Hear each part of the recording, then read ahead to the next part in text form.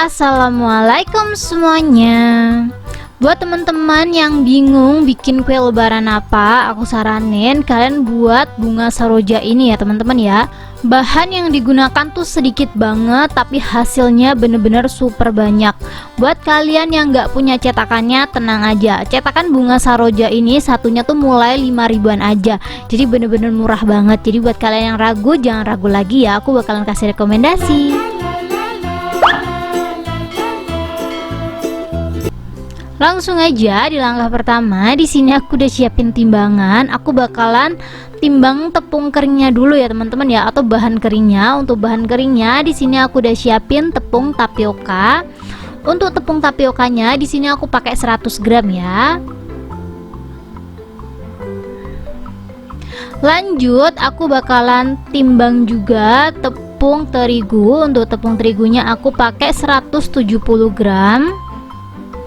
Ini emang tepungnya mix ya teman-teman ya. Kita pakai 3 tepung sekaligus karena biar hasilnya tuh maksimal. Lanjut yang terakhir di sini aku ada tepung beras. Untuk tepung berasnya aku pakai 50 gram aja. Semua tepungnya udah ditimbang. Ini lanjut tepungnya kita aduk sampai merata ya teman-teman ya. Caranya seperti di video aja.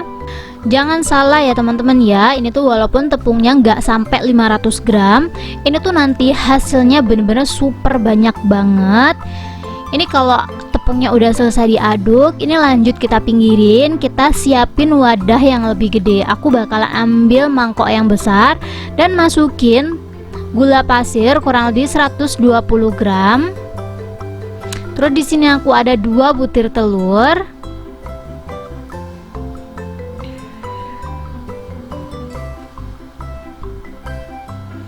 1 sendok teh garam. Ini aku ada 1 bungkus vanili. Kalau teman-teman mau pakai yang cair boleh, disesuaikan aja yang ada di rumah. Aku pakai merek Kapal, link produk ada di deskripsi ya. Ini kita aduk dulu sampai si gulanya larut. Kalau teman-teman mau pakai mixer boleh, tapi menurut aku rekomendasiin banget kalian pakai whisker. Kalau kalian belum punya whisker, aku saranin kalian punya sih, minimal punya 1 di rumah biar kalian kalau ngaduk-ngaduk itu gampang. Link produk ada di deskripsi ya. Kalau teman-teman butuh rekomendasi yang aku pakai ini. Ini gulanya udah larut. Lanjut aku bakalan tambahin santan instan karena santan instan tuh sekarang lagi lumayan banget ya harganya. Jadi di sini untuk santan instannya aku cuman pakai setengah bungkus teman-teman. Kalau disendokin kurang lebih 3 sendok makan. Kalau teman-teman nggak masalah dengan harga yang lumayan, ini boleh banget ya pakai 1 bungkus. Aku sih rekomendasiin kalian pakai santan kara. Menurut aku kalau pakai santan kara lebih gurih gitu loh, rasa santannya tuh kayak berasa. Ya walaupun ini kelihatannya lebih kental, tapi menurut aku lebih gurihan santan kara. Ini lanjut kita aduk lagi sampai merata. Kalau emang udah merata, kita langsung aja masukin tepung kering yang udah kita siapin tadi. Kalau teman-teman takut adonannya nanti bergerindil, ini untuk tepungnya sebelum dimasukin aku rekomendasiin disaring dulu ya teman-teman ya. Saringannya pakai lubangnya yang bener-bener kecil. Kalau teman-teman butuh rekomendasi saringan yang lubangnya tuh kecil-kecil banget, cocok buat tepung, kalian bisa langsung aja cek rekomendasinya di deskripsi ya. Soalnya saringan itu kadang juga ada yang gede banget, ada yang kecil banget teman-teman. Jadi kalau kalian takut dia nggak bisa nyaring tepung kayak gini, kalian bisa langsung aja cek rekomendasinya di deskripsi ya.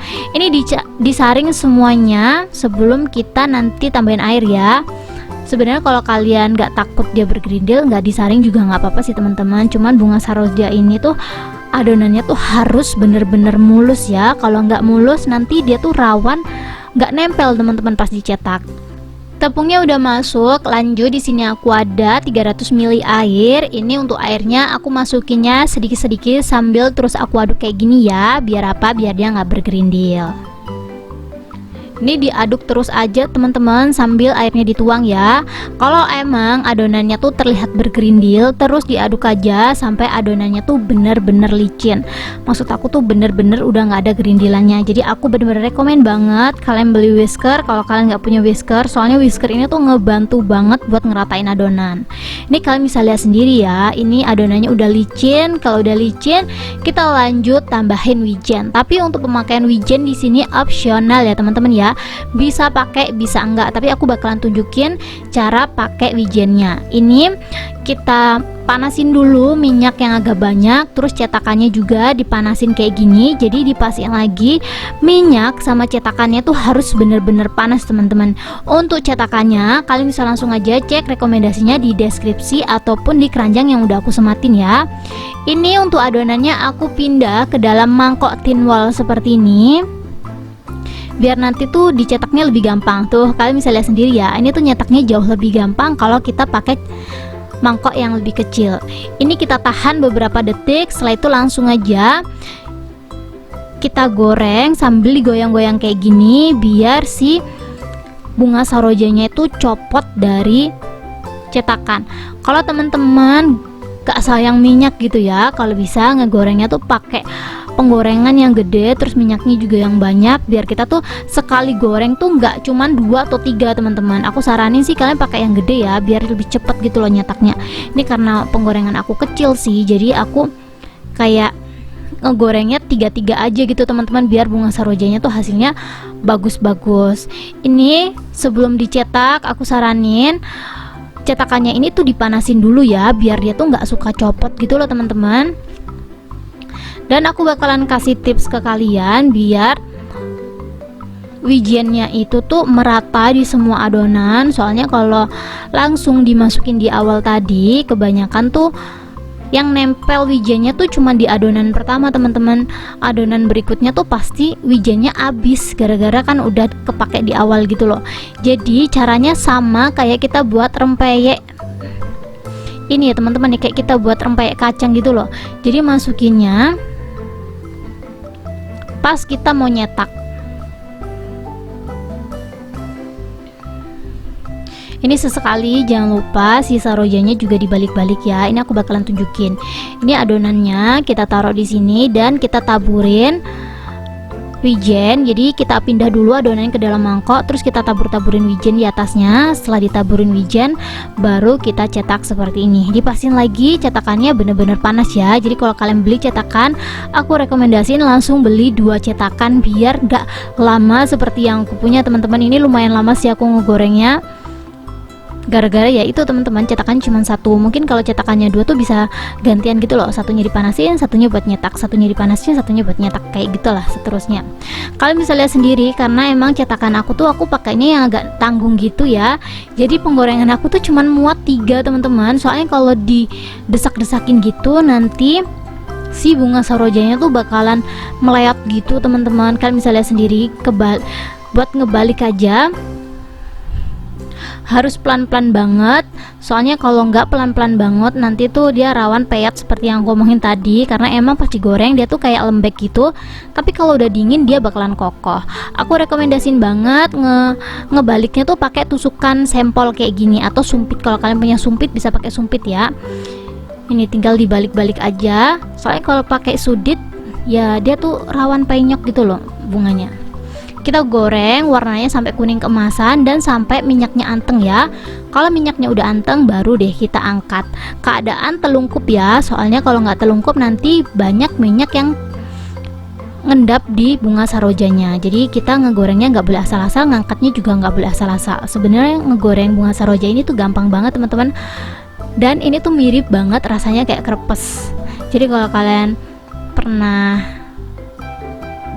beli kue lebaran semprong, mirip banget kayak semprong teman-teman, tapi semprong yang original ya. Ini rasanya mirip banget kayak krepes, kayak semprong, dan enak banget.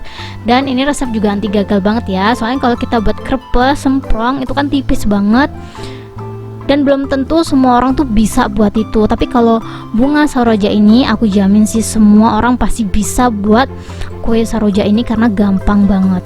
Tuh kayak gini aja nih teman-teman, gampang ya. Untuk penggunaan wijen opsional, bisa pakai bisa enggak, tapi kalau teman-teman mau pakai caranya seperti tadi, ditabur-taburin aja biar wijennya tuh merata seperti yang aku punya. Ini dia hasilnya setelah aku goreng semuanya. Hasilnya bener-bener masya Allah banget, banyak banget.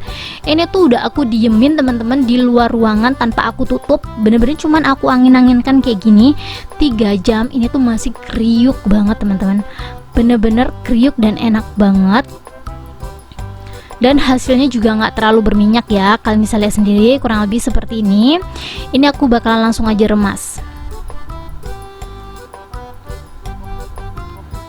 Bener-bener nggak butuh tenaga buat ngeremas ini. Ini tuh pasti kesukaan anak-anak banget karena rasanya mirip banget kayak krepes atau semprong ya. Jadi buat teman-teman yang penasaran sama rasanya, langsung aja dicobain di rumah. Bahan-bahannya sedikit, mudah, dan cetakannya juga murah.